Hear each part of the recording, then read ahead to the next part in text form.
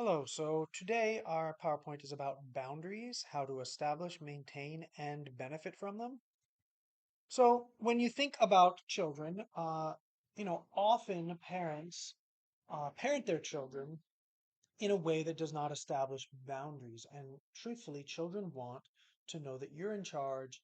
They want to know that there are boundaries, and this actually makes them feel safe. So if we think about it in a more general sense, in terms of livestock, if you have a bunch of sheep and you don't have a fence, you're going to be chasing these sheep all over the countryside and the village. And these sheep are not going to be useful to you because you're going to spend your time chasing them. And these sheep are not going to feel safe because they are now vulnerable to predators and they have to trust their own instincts when they are a domesticated animal and need to be protected by humans. So, in creating this so-called fence, you're setting some limits. And we need to do this. We need to do this in our relationships. You're establishing the perimeter so other people can see it. Often a fence is visible, so people can know this is now someplace not to go, or they may know that if they enter this place, there are different rules. It maintains structure. So having structure in our lives is very important, but having structure within our relationships is also important. And then you can reap the benefits of those relationships if you have set limits, established a perimeter, and created some structure. Uh, the one thing about a fence or about boundaries in general is that you have to maintain it. You have to constantly check for holes. Often, we have people in our lives who wear down our boundaries. They wear down the limits that we've set. And so we have to constantly maintain it. It doesn't necessarily mean you have to cut this person out of your life or not engage with them. We just have to constantly maintain those limits and remind people sometimes of those limits. So why are they important? They remind us where something ends and something else begins. So this is one of the things that boundaries can create for us is, if you have a clear boundary between your home life and your work life, then you know that this is when work ends and this is when your home life begins. And this has become something more and more important to people over the last few years. I know for me, there's a certain time of day when I do not check my uh, work emails anymore because I never know what might be in a work email. So it might be something that's going to upset me or create a problem that I can't solve anyway. And then I have to worry about it all night or think about it. And this is where the boundary between my work and life gets blurry. Now, as somebody who works remotely, I already have this blurry line, and I need to ensure that I set some clear limits to protect myself, but also to protect work. I don't want my life to then bleed into my work either. So we have to make sure that we are defining limits, defining those responsibilities, and sticking to that. So they also can result in a sense of accountability.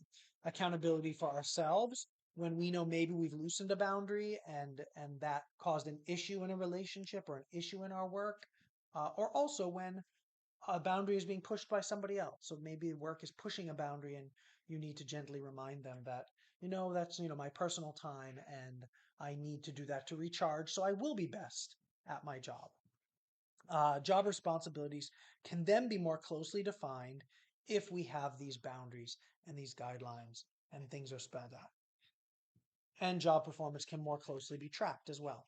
So how a lack of boundaries has an impact on us. So how it can impact us by creating a situation where there's poor performance, there's workplace bullying, low morale, reduced motivation to take on additional tasks or responsibilities. If we feel that our boundaries are already being pushed, then we're not going to open ourselves up to new tasks or new opportunities to push those boundaries.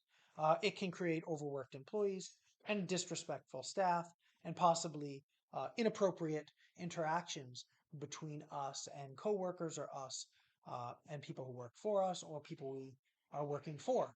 Now, it's not always inappropriate in a sense that maybe there's a legal issue or an HR issue, but it can just be inappropriate in the sense that now we're oversharing or we know too much about each other in a way that changes our relationship and maybe makes it less professional. There can be acts of violence or legal liability. Again, these are sort of the extremes, the outliers, but it's just something to be aware of.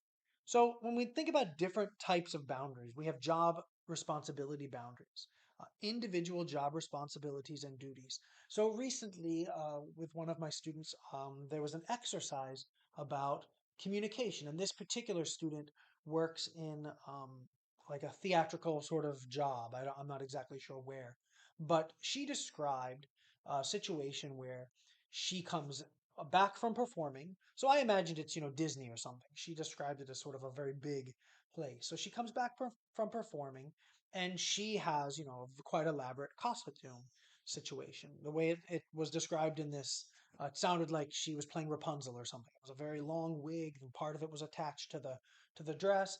And in a place like Disney, there are unions, there are different people who it's their job to do different things, and they cannot blur those boundaries. So when she comes back, part of her costume goes to the wig department, part of it goes to the costume department, and she knows to expect these people to be there. And what she described is there was something that went on, and there was a miscommunication that someone wasn't going to be at work, and so she then didn't know what to do with part of this costume. She had to be very careful to not overstep her role because of the union rules. But in the same sense, she has a responsibility to protect this asset, this costume. So in some jobs, in very formalized positions, there are rules and regulations about what you can and cannot do, and you really cannot overstep those boundaries. We also might establish those boundaries for ourselves in the sense that we don't want to step over to someone else's position or their job because ultimately they're responsible for the outcome of their work and their performance. And it could blur those lines a little bit. So, interpersonal boundaries. This is interaction with coworkers and managers in the workplace. So, obviously, these boundaries extend beyond the workplace into our personal lives, but for the purpose of this PowerPoint, we're speaking about work. So, when we're interacting with our coworkers and managers in the workplace or people, subordinates, people that we are supervising, how we interact is very much a, a way we set boundaries. How much do we talk about our personal lives? How much do we share about our personal struggles or triumphs, even? And this is where we need to make sure that we have read the room, we understand what's going on, who's in the room, how people are going to react to the information we are sharing, and create boundaries so that it is healthy relationship. It's not you being secretive or uh, ultra private or ultra personal. It's just you setting a boundary that this is not something I really get into at work.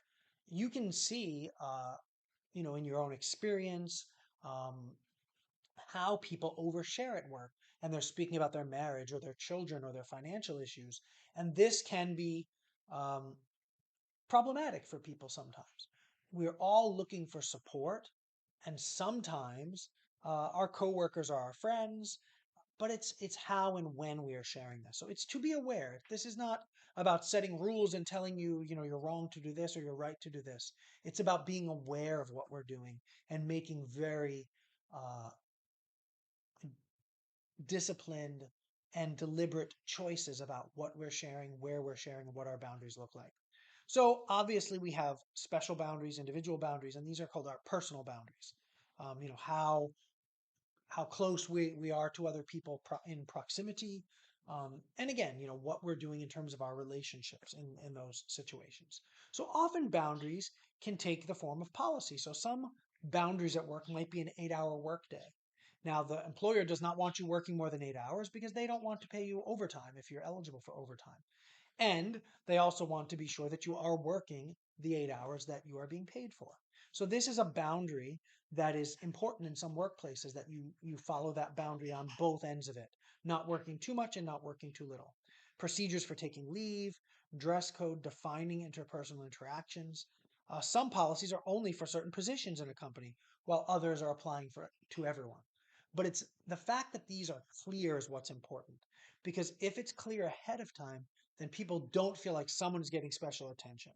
And keeping those boundaries professional, is also very important that everyone knows that the rules are being applied equally and all that information is clear to everyone. So again, boundaries gone wrong. Sometimes a boundary is too strict. It can cause a mutiny, squelch creativity. What we don't want to do is create an atmosphere where people don't feel free to express themselves.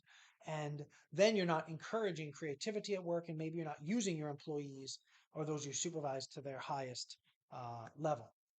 You don't want to cause frustration within your people. So making sure that all these boundaries are clear, everyone knows the rules, they know what to expect because you want to make it you don't want to make an unpleasant work environment. Inside out boundaries. Job responsibilities come from the outside. We also need to have boundaries that come from in us. So we have to look at these internal boundaries and then these external boundaries also and understand how they might interact with each other, how there may be a conflict. Often you have sort of a personal boundary or a rule you've set for yourself, and it doesn't match what's going on at work. And this can cause that conflict that can ultimately end up in you leaving your job or you being asked to leave your job. So making sure those expectations are very clear from the beginning. For employees, professional boundaries become more clearly defined when you can answer these questions satisfactorily. Who gives you your assignments? To whom do you report? Who gives you feedback? Who sets your work priorities? How is your company and client personal information kept secret? How do you know how to treat all staff members fairly without positive or negative feelings influencing your decisions? These are things that we can ask ourselves and we can ask our uh, employees to ask themselves. And again, it's a test of sort of their knowledge, but also it's a test of company policy and procedure to know have we made it clear to these people? So, what to do? Return to these questions when you have a dilemma involving your job responsibilities. Ask yourself these questions again. Who gives me my assignments? Is this clear? Is it what's happening at my work? To whom do you report? Who gives you feedback? Are you getting feedback? This is also very important. And who's setting these work priorities? Do you know how to treat all staff members? Are you being fair as well? So, in looking at this particular example where Sarah is a group leader, she was feeling steamed again. She was upset and frustrated. The group had just listed the next set of tasks to be completed, and several group members had once again agreed to do minimum amount of work. Sarah could see they were going to end another meeting with important work still unassigned. In the past, she'd ended up doing it, and she was tired of working extra hours while others went home on time. She felt it was increasingly futile. As she looked around the room, she noticed others who always took more than their share were tired of this as well. Just then, one of her employees strolled into the meeting 15 minutes late. So, thinking about the previous slide and these questions, can Sarah kind of go through this and have a clear understanding of who's setting these work priorities? Is this equal? Is work being distributed fairly? And again, this last question, are staff members being treated without positive or negative feelings influencing the decisions? Is everyone being treated fairly? So, remembering the concept of boundaries, she could see that the group had not adequately defined the working role boundary. So, now how can she establish and maintain? So, what about pushing boundaries? Once you've set your boundaries, let people know when they're asking too much. If a coworker says, I'll call you later tonight to discuss this project, you can simply say, please don't call me after 5 p.m. And again, it doesn't need to be aggressive. You don't need to be, uh, your fence doesn't have to be barbed wire. You can have a friendly boundary. And again, if people keep pushing it, then you can up the ante. But in the beginning, you don't need to build a wall. You just need to gently remind people to say, once I'm with my family, I really want to focus on them. So if you could call me before 6, that would be great. Knowing that you have the right to say no. So the wrong way to say no is the passive aggressive approach of taking on too many projects and just not doing them. A no needs to be made very clear. Without limits, it becomes difficult to say no to requests and honor your own needs. Now, again, this needs to be balanced, as does everything. There are certain things your employer is paying you to do, and these things are not always negotiable. But again, it's when are they asking you? How are they asking you? Is it fair? Is the workload distributed evenly? And then you can say no or delay it or say, you know what, I'll get to that on Monday when I return to the office. Ask for what you need. When you're nearing your workload limit, enlist the help of supervisors, coworkers, and subordinates. If you need additional staff or an assistant to help you manage your growing workload, present your boss with the problem and a solution. Don't just be a problem finder, be a solution finder. Interpersonal boundaries, in addition to your job responsibility boundaries, interpersonal boundaries should be negotiated in the workplace because professional and interpersonal boundaries impact workload productivity and the quality of the social environment. So sometimes you think that, your personal boundaries or your interpersonal boundaries are private, but it really does flow into work. And if those boundaries are being crossed, it's going to impact your workplace productivity and the quality of your interactions at work. So, how important is the quality of the social environment? It depends. So, how much do you need your job? How often do you have to interact with other people at work? Sometimes you don't have many interactions with people. You work, sort of alone, or more and more these days, people are working remotely. So these kinds of interactions are not happening as much. How much does your work impact your life? For some people, they really need to have a very clear boundary. For me, I work remotely and have done so for years. So if I'm doing work on vacation, it doesn't bother me because I know that I have freedom in other ways. So the fact that I have kind of a wiggly line, a very unclear fence between my work life and my personal life doesn't bother me. I actually see it as an asset and it works for me, but it doesn't work for everyone. So interpersonal boundaries include the tone people use with one another, the attitude and approach coworkers use with each other, and the ability to focus on work objectives, even with people you don't like or with whom you're having a personal conflict. Now, you don't have to like everyone at work, but you cannot have conflict with people at work. So it's finding that balance between being able to work with somebody doesn't mean you have to be best friends. Striking a healthy workplace balance, how to get a life while staying productive. The ability to effectively set limits with others who have poor boundaries. So when you notice that somebody at work has poor boundaries, how do you set that limit when they're oversharing with you? How do you tell them in a gentle way, I don't need to know that, or you're sort of crossing a boundary with me, you're crossing a line and making me uncomfortable. Clearly defining the consequences when a boundary is violated and sticking to it is one way to do that. And you can do it in a gentle way where when the work is done and it starts to become too personal, find a way out of that. Get back to work, and remind them that, listen, I'm here to work. Maybe someday we could meet after work and kind of talk about these personal things, but right now I've got to focus on this. You don't have to actually do it, but it gets you out of that conversation. What are some other boundaries we might want to set? Interpersonal boundaries can also include limiting work conversations and emails to appropriate topics, not joking too much. Often we get into a jokey position at work and we become the comedian. And that can help have us pushing boundaries of personal topics, even inappropriate topics, because we think it's being funny, but it can be making other people uncomfortable.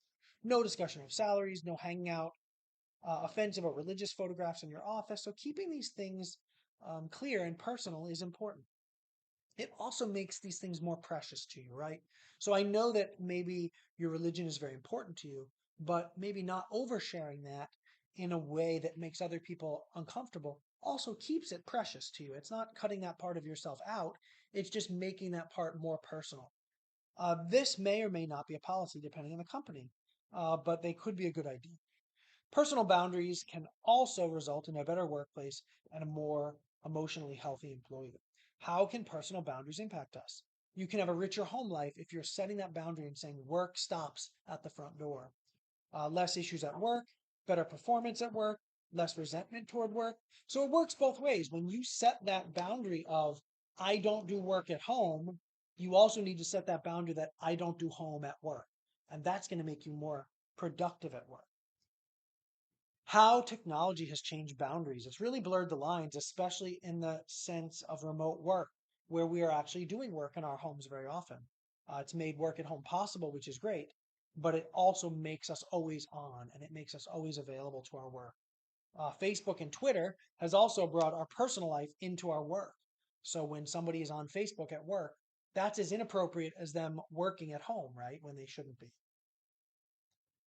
So we have to think of these, and as technology changes, how that's going to continue to change. So when our office gives us a cell phone, we may think, oh, this is a wonderful benefit that I'm getting, but it's also tying you to work, sometimes in out of work hours.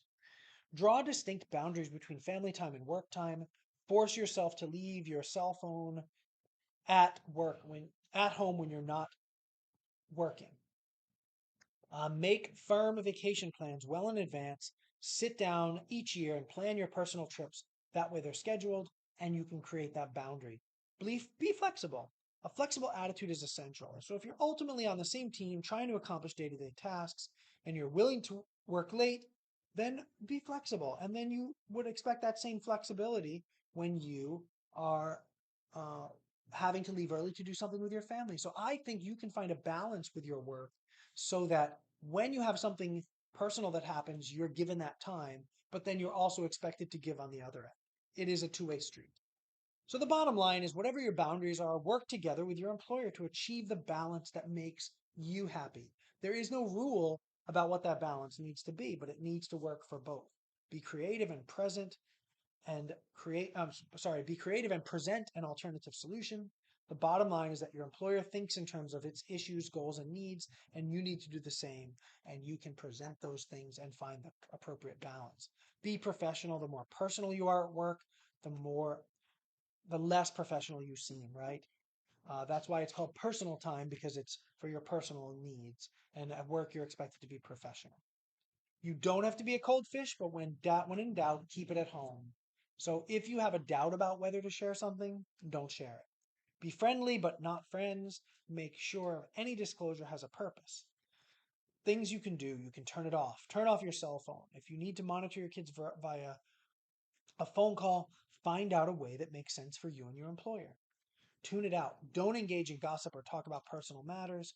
This is a common trap. Don't fall into it. Check in. Check in with yourself. Remember, maintain those fences. Look for holes in the fences. You have to understand there'll be breaches. And as you get more comfortable, that fence is going to start to come down, and you need to be sure that you've created a healthy barrier. Okay. Thank you so much for watching the video, and I look forward to our next video with you.